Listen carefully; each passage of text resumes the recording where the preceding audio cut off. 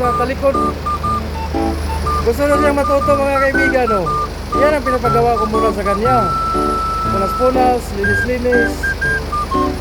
Gusto na niya matutunan eh. Yan ang dapat ang tularan. Very good. Gusto siya matuto. Pati ang gulong, pati ito. Yan o, pati yan o. Oh, yan, punasan mo. Yan. No. Pag talaga gusto matuto eh. Gusto matuto mag-manual. Kaya ka magiging DCO daw eh. Yung helper lang.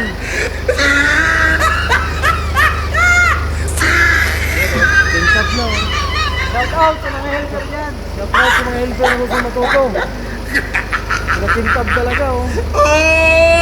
He tried it. Tintap na oh.